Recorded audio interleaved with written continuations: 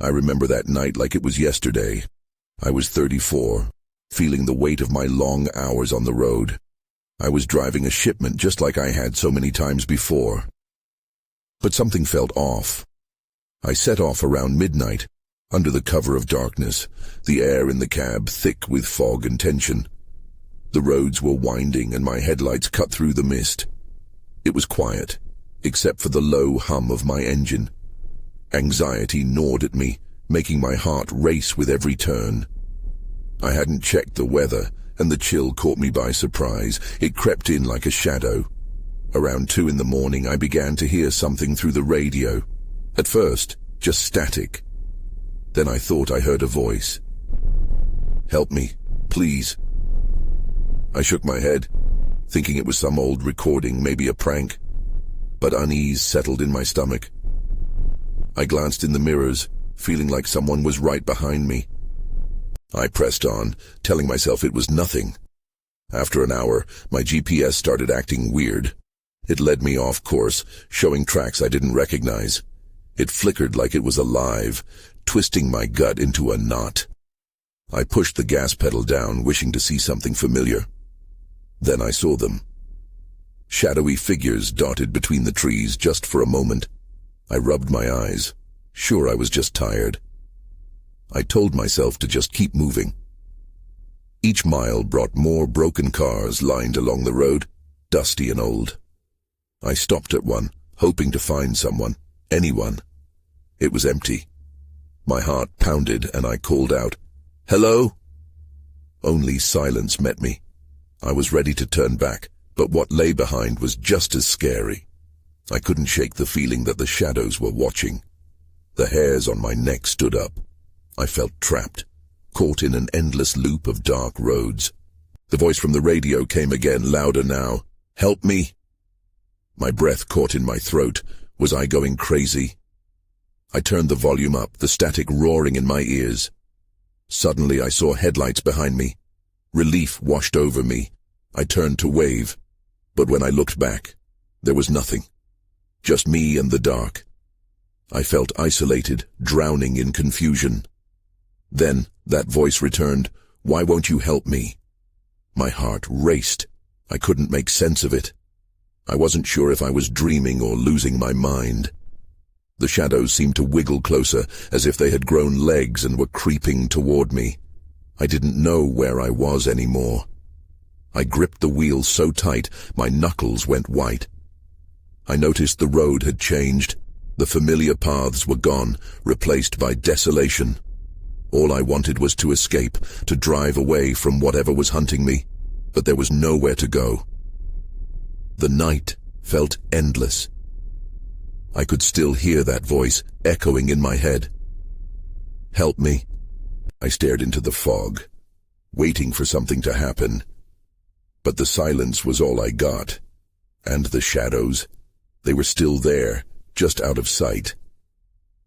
I sat in my truck, frozen. The engine hummed like a heartbeat, but I felt more like a prisoner than a driver. The shadows inched closer, whispering an invitation I couldn't understand. My mind raced. I had to get out of there. I slammed the gas, but the road seemed to stretch before me, like it was taunting my attempts to escape. The GPS flickered again, and I cursed under my breath. Desperate, I unplugged it, hoping I could somehow find my way without it. Each bump in the road felt like a warning. I fought the urge to look in the mirrors. I didn't want to see those figures again, taunting me from the darkness. About 10 minutes later, a soft glow appeared ahead. Hope surged through me. I turned my headlights toward it, praying it was a town, or at least a gas station. The light flickered like a dying candle, and I slowed down, my palms sweaty on the wheel. When I rounded the bend, the light revealed an old diner, its neon sign sputtering, "Open." I pulled in, using the last remnants of my courage. The place looked abandoned, but the light drew me in. The door creaked as I stepped inside. It was quiet, too quiet. I scanned the room, my heart thudding in my chest. Stale air filled my lungs. The tables were empty, and dishes sat untouched, as if the customers had just vanished. That's when I spotted it. A radio sitting on the counter, crackling. I felt a chill run down my spine. Moving slowly, I approached it. The same voice came through, unmistakable. "Help me." I shivered, glancing around. "Hello?" My voice echoed back, but there was no response. The shadows I thought I'd escaped suddenly closed in on me. Panic surged. I backed away, trying to calm my breathing. It felt like they weren't just shadows anymore. They were entities, lurking just outside of perception. Then I noticed something on the wall beside the radio. Photos of missing persons, all against the backdrop of that very diner. I squinted at their faces. Some were familiar. I could swear I'd seen them in the local news. A cold dread washed over me. My heart raced. Were they all asking for help? Were they now part of this darkness? Trying to shake off my fear, I took a deep breath and turned back towards the door. But before I could reach it, out of the corner of my eye, I saw a figure at the far end of the diner. The shadows twisted, and it stepped into the light. I couldn't breathe. It was a woman, her eyes hollow and pleading. "Why won't you help me?" she whispered. And in that moment, everything clicked into place. The voice, the shadows, the endless road. I was part of this nightmare now. Just as I spun around to run, the lights went out. I felt something cold wrap around my ankle. The last thing I heard was a cacophony of voices echoing around me. "Help me." Then everything went black. I jolted awake on the cold floor of the diner, gasping for air. My heart pounded in panic as I scrambled to my feet. The lights overhead flickered back on, casting an eerie glow over the now familiar scene. The woman was gone. My breath came in ragged bursts, and I blinked into the dim light, trying to gather my thoughts. The radio crackled again, and the voice echoed in the empty room. "Help me." It reverberated like a cruel reminder of my current situation. I wasn't safe. The shadows that seemed to swallow the diner weren't finished with me. I wanted to flee, but I needed to understand what just happened. The photos on the wall caught my eye anew. I approached them, scrutinizing each face. Everyone looked so familiar, but I attributed it to the anxiety pressing down on me. Then something struck me. One of the photos had a date scribbled in the corner. I leaned closer, my breath hitching in disbelief. It was last week's date.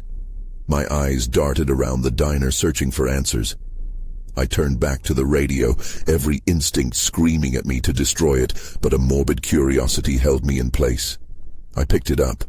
The static hissed angrily against my ear, and I pressed a button, hoping for clarity. "Please, I need you to listen." The voice begged again, clearer this time, as if it had been waiting for my attention. "The shadows, it's not over. You have to help us." "What do you want from me?" I shouted into the speaker, frustration boiling over. "What happened to you?" Silence gripped the air before the voice finally replied. "You're the last. You must find the key or they will take you too." I dropped the radio. The sound echoed like a gunshot. Suddenly, the shadows in the corners of the diner seemed to swell, dark tendrils creeping closer. A chill ran down my spine. It was no longer just a poetic notion. They were alive and reaching for me. "Find the key," the voice called again, more urgent this time. "In the freezer." "Freezer?" My pulse quickened as I turned toward the back of the diner. The kitchen door was slightly ajar, a shadow lurking beyond it. The thought of opening that door terrified me, but curiosity compelled me. The moment I stepped inside, I was slapped with a cold gust of air. My breath hitched. The freezer door was clear glass. I approached it, heart racing. There had to be something inside. I pulled on the handle and the door creaked open, revealing shelves packed with frozen meals, meat, vegetables, and something else, something wrapped in plastic. I leaned closer. That's when I saw it. A small, rusted key hanging from a hook on the wall, just above the frost. It glinted in the fluorescent light, but it would take a deep breath and a surge of courage to reach for it. I grabbed the key, a shiver coursing through my body as I felt a wave of dread. Was this truly a way out, or was it another trap? As I turned to leave, the diner's lights flickered again, and that same pulse of darkness roared to life behind me. I gripped the key tighter, ready to find out what I'd just unleashed. I hurried back to the main room, but the shadows danced, growing restless as if anticipating my next move. The moment I stepped out of the kitchen, I realized I wasn't just in danger of disappearing like the faces in those photos. I was being hunted. I had the key, but what would it unlock? As I clutched it in my palm, something within me felt that whatever happened next would change everything. I stood there, key in hand, heart pounding. The shadows swirled around me, hungry and restless like a storm about to break. I felt the weight of my choices pressing down. What if this key opened something dark, but I couldn't afford to think about that? The voice had said I was the last. That meant I had to act. I glanced around the diner, looking for a door or a box that the key might fit. The photographs, once a mere reminder of countless faces, felt like a countdown now. I had to move. The shadows were closing in. Then I noticed a small door near the back. It wasn't much to look at, wooden and partially hidden behind a worn-out booth. Was it just storage, or could it be something more? My gut twisted, but I forced myself to approach it. I wiped my clammy hands on my jeans and took a deep breath. I inserted the key into the lock, the rusted metal feeling oddly warm against my palm. Please open, I thought. I turned the key. The door swung open with a loud creak, almost like a scream cut through the silence. Inside it was dark, so dark that the shadows seemed to breathe around me. I flicked the light switch, and the bulb flickered before casting a sickly yellow glow over everything. Boxes stacked high filled the room, old records, dusty files, and what looked like pieces of machinery. I took a cautious step in, scanning for anything that might explain what had happened. But the air was thick with something else, something foul.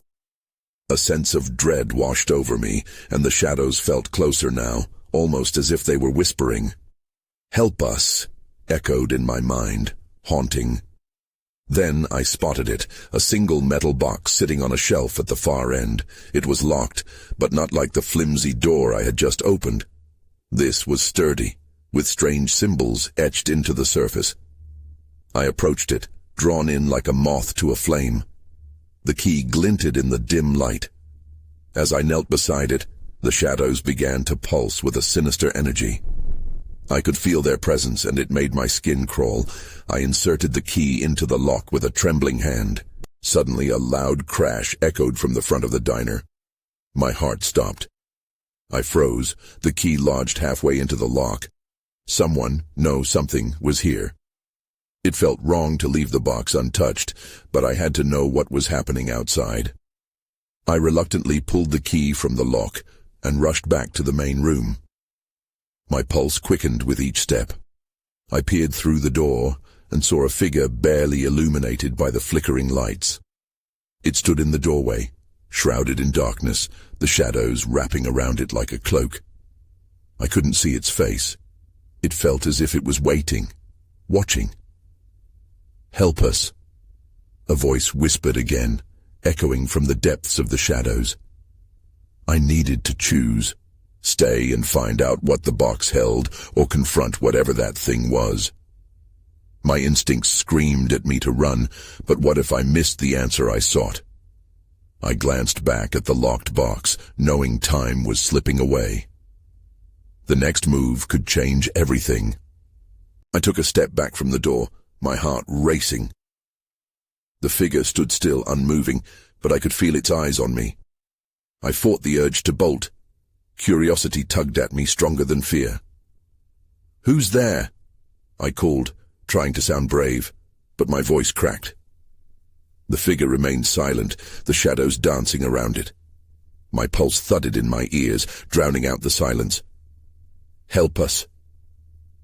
It was louder now, a mirage of voices blending into one. I couldn't tell if they were in my head or in the air around me. The words twisted like a knife. I noticed a glimmer on the countertop. Something metallic caught the flickering light just at the edge of the shadows. Before I fully thought it through, I stepped cautiously towards it, keeping my eyes trained on the figure. As I got closer, I saw it. A tarnished bell, its surface worn and cracked. The hairs on my arms stood on end. Grabbing it, I turned back to the figure. "What do you want?" I demanded, my voice stronger now, though it was mostly a front. Deep down, I was terrified. The figure moved then, just a step. It shifted closer to the light. I caught a glimpse of a gaunt face, eyes hollow and sunken, never leaving mine. "Help us," it repeated, more urgent this time. My stomach churned as I recognized the despair in its eyes. I didn't understand. Who was it asking for help? I wanted to run, to escape, but something held me there like a weight, tethering my feet to the ground. I could feel the pull of the locked box behind me, as if it was calling out for me to return. "Are you?" I faltered, but the word slipped out. "Are you trapped?" The figure didn't answer in words, but the sense of desperation only grew. Its hand reached out, almost swiping through the air, an imploring movement that made my skin prickle. Suddenly the room plunged into darkness. The sickly glow of the light vanished, leaving me in an impenetrable void. Panic surged within me, and I fumbled the bell in my hands. "No, no, no!" I shouted, pressing my back against the wall, heart racing. "Help us!" echoed in the blackness, a cacophony of voices. I squeezed my eyes shut, trying to block it out. I had to think. Then I remembered the metal box. Whatever lay inside could hold the key to understanding what this figure wanted. Maybe it was the answer I had been searching for. With my heart thrumming in my chest, I sprang toward the door leading to the back room, desperate to reach the box again. I could hear the soft shuffle of movement behind me as I dashed back to the dim lighting. Quickly, I knelt beside the box and fumbled with the key once more. It felt urgent now. But would it be enough? My instincts were screaming. As I twisted the key, the noise behind me grew louder, the shadows clawing at my psyche. The moment the lock clicked, the room erupted with a deafening rush of whispers, drowning out my thoughts. This was it. Whatever lay ahead was going to change everything. I took a deep breath and pushed the lid open. The moment the lid creaked open, a blinding light surged from the box, filling the room with a harsh glare. I shielded my eyes, stumbling back as a fierce wind swept through the room. It felt alive, tugging at my clothes and hair. "Help us." The voices became clearer now, rising above the chaotic noise. They swirled around me like a storm. I couldn't discern where they came from, but I felt their urgency wrap around me like a cold grip. As the light dimmed, I risked a glance inside the box. My heart dropped. Papers, so many papers. Some were yellowed with age, others pristine, but they all bore strange, intricate symbols. I reached for one, drawn to an odd pattern that seemed to pulse. The moment my fingers touched it, a sharp pain shot through me, as if the document siphoned my energy. I pulled away, breathing heavily. "What are you?" I managed to whisper, bewildered. My eyes darted back to the figure, now partially illuminated. Its face held a mix of hope and despair. "Help us," it pleaded again, but this time I heard the edges of recognition in the tone. Suddenly I felt dizzy. The room tilted and the whispers morphed into something more coherent. The bell. The bell. The bell. Alarm surged in me as I realized the strange connection. The bell was more than just a relic. It was a key. Unsure, I clutched it tightly. Without knowing how, I could sense it resonated with the symbols on the paper. "What do you want me to do?" I shouted, hoping somehow the figure would respond. Then, before I could process it, the papers began to flutter violently. One sheet broke free and landed at my feet, its ink seeming to dance across the surface. I bent down to pick it up. That's when I saw it, a drawing of a door, much like the one to this very room, with an inscription beneath it in a language I didn't recognize. I felt a jolt of understanding, as if something within me awakened at a buried memory. I had seen that door before, I'd just never opened it. Is it in there? I stammered, glancing back at the figure that still loomed, waiting, hopeful. A nod. The message was clear. The box was only part of the mystery. Before I could allow panic to set in, a loud crash erupted behind me. The front door slammed open and my heart dropped. Someone was in the house. Fighting the wave of fear, I tucked the bell under my arm and clutched the paper against my chest. I had to decide. Should I face the intruder, or delve deeper into whatever secrets the box and the figure were hiding? The figure's eyes held mine, and for a fleeting moment I felt a strange kinship. I had to uncover the truth for both of us. But first, I had to survive whatever was coming, and I had to choose quickly. I caught my breath, torn between the palpable anxiety of a stranger intruding on my sanctuary and the pressing urgency of the task at hand. I had to get to that door. The figure in the box, whoever it was, needed me to understand something important. I glanced back at the door, my heart racing. I couldn't just wait. The sound of footsteps echoed through the house, too close for comfort. "Get away from here," I shouted, hoping to frighten the intruder off. But the footsteps continued, confidently stomping across the living room floor. The figure in the box seemed to flinch at my words. "You have to help us," it insisted, its voice momentarily sharper, urging me to focus. I could feel its gaze press against my back, as if it were pushing me towards action. I made my decision. I couldn't let fear dictate my actions. I sprinted towards the door in the corner, feeling the weight of the bell and the paper tugging at me like they were alive. With every step, I could hear the figure's muffled whispers, entwining with the steady thud of the footsteps in the other room. When I reached the door, I hesitated. It had become a part of my memories, a symbol of uncharted territory. But with the noises growing louder, I turned the handle. It creaked open, revealing a dimly lit passage lined with more strange drawings and symbols. There was no way I could back down now. I stepped inside and braced myself. The air was thick with anticipation, as if the space itself was holding its breath. Just as I got my bearings, I glimpsed the figure appear in the doorway behind me, the light from the box flickering like a heartbeat. "You have to see. It's all connected," it urged, and I stepped further in, clutching the bell like a lifeline. The whispers grew louder, echoing the drawing I'd seen. The bell, the door. But then the loud crash of something heavy falling in the other room jolted me back to reality. Time was short. The intruder was getting closer, and I had to know what happened next. On the wall, I could almost make out more symbols illuminated by a flickering light, each one a puzzle piece I needed to figure out. As I went further in, something glimmered on the floor, a small object half hidden in shadows.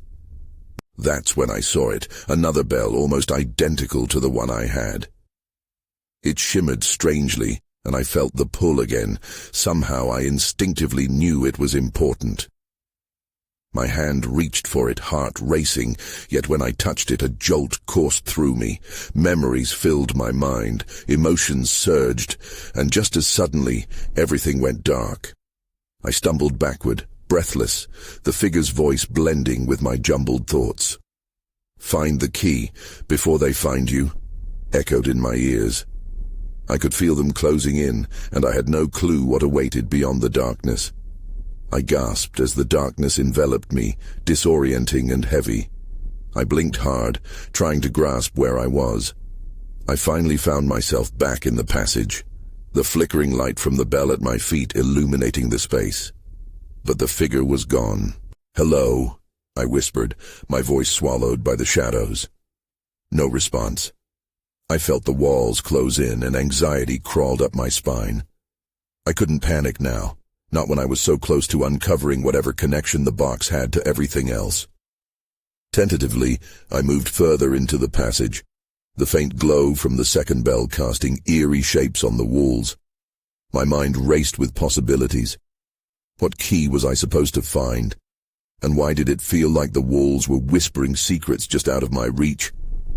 Suddenly I heard something, a soft, raspy breath like a whispering wind. I froze, instinctively gripping the first bell tighter. Whoever had broken into the house might have followed me in here. The memory of those confident footsteps surged back, quickening my pulse. I took a shaky step toward the left, where the sound seemed to come from. As I turned the corner, another crash rang out, sending a wave of adrenaline through me. I stumbled backward, nearly dropping the bell. I wanted to scream, to run, but fear anchored me to the spot. Peering around the edge, I glimpsed the shadow of a figure hunched over a pile of papers spread across the floor. A glimmer of silver caught my eye, something shiny among the chaos. Curiosity piqued, I risked another step. "Who are you?" I managed, my voice shaking as it bounced off the walls. The figure turned sharply, the dim light catching their face, sharp features, eyes wide with fear, but unmistakably human. "Stay back." They raised a hand to shield themselves, and that's when I noticed the blood. It smeared across their fingers, pooling slowly on the papers beneath them. "What happened?" I stammered, senses racing. The person's eyes darted around, as if they expected something, or someone to attack at any moment. Panic was palpable in the air. "I can't stay here," they whispered urgently, glancing toward the passageway. "They're coming. This key. It's the only way to escape, but—" Their voice trailed off, the trembling in it evident. "Key?" I echoed, not knowing if I should move closer. But before they could answer, the sound of footsteps echoed again, steady, deliberate. The intruder was getting closer. I felt a chill run down my spine. Whoever they weren't alone anymore.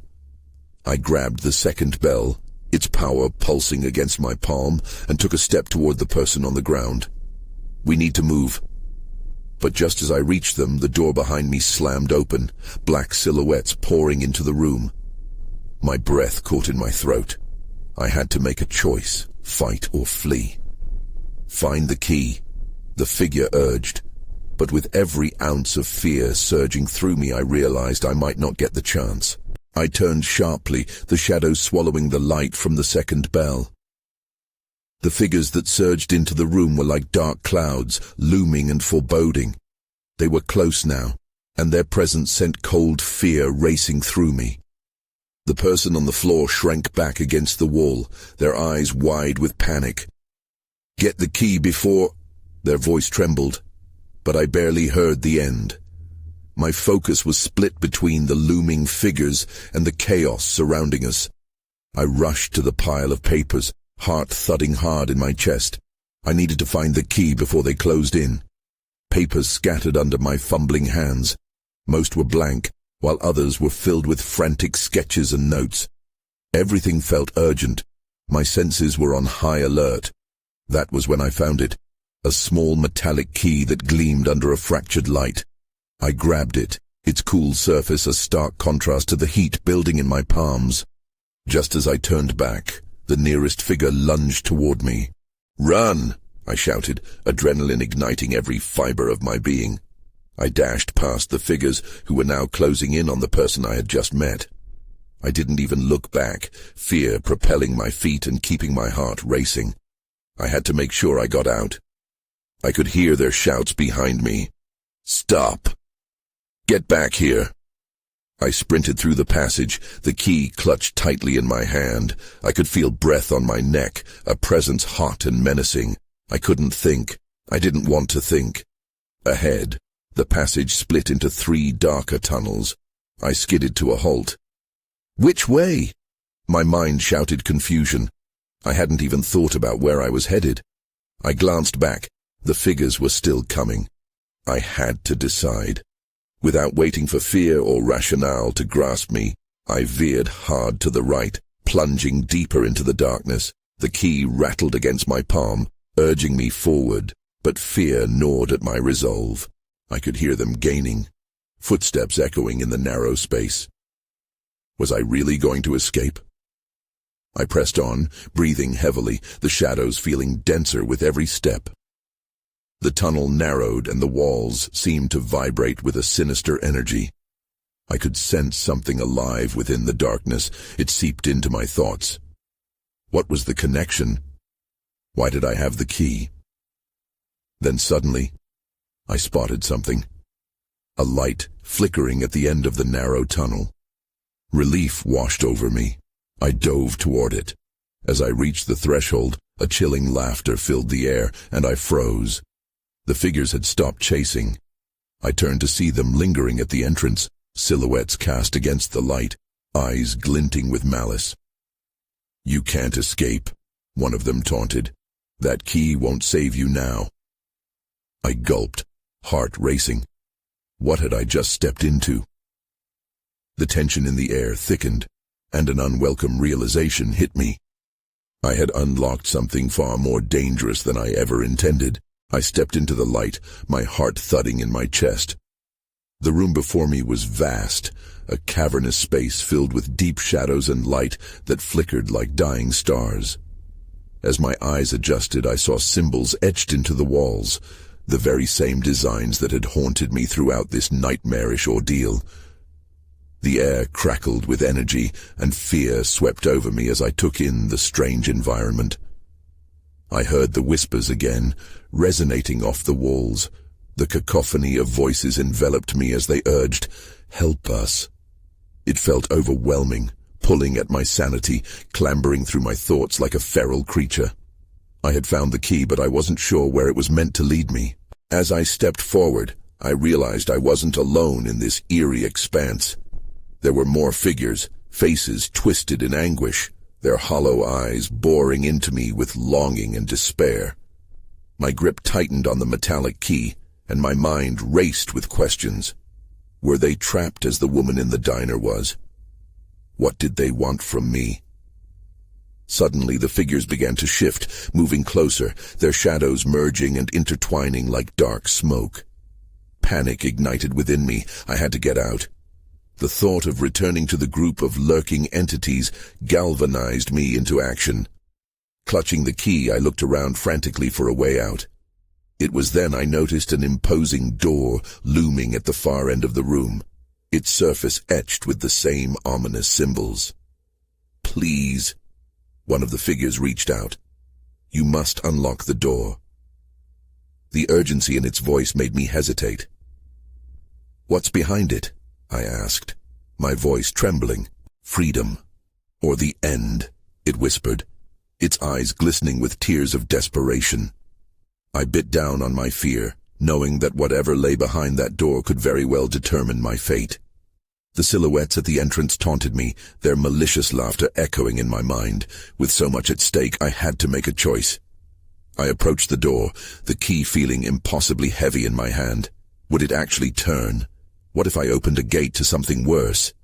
Driven by an instinct I couldn't fully comprehend, I inserted the key into the lock. The deep sound of the metal scraping against the lock felt surreal, as if time had slowed around me. With trembling hands, I twisted the key. It clicked. The door swung open with a soft creak, revealing a blinding light that spilled into the dark room. The voices intensified, and I felt a rush of air as if something long imprisoned was longing to be released.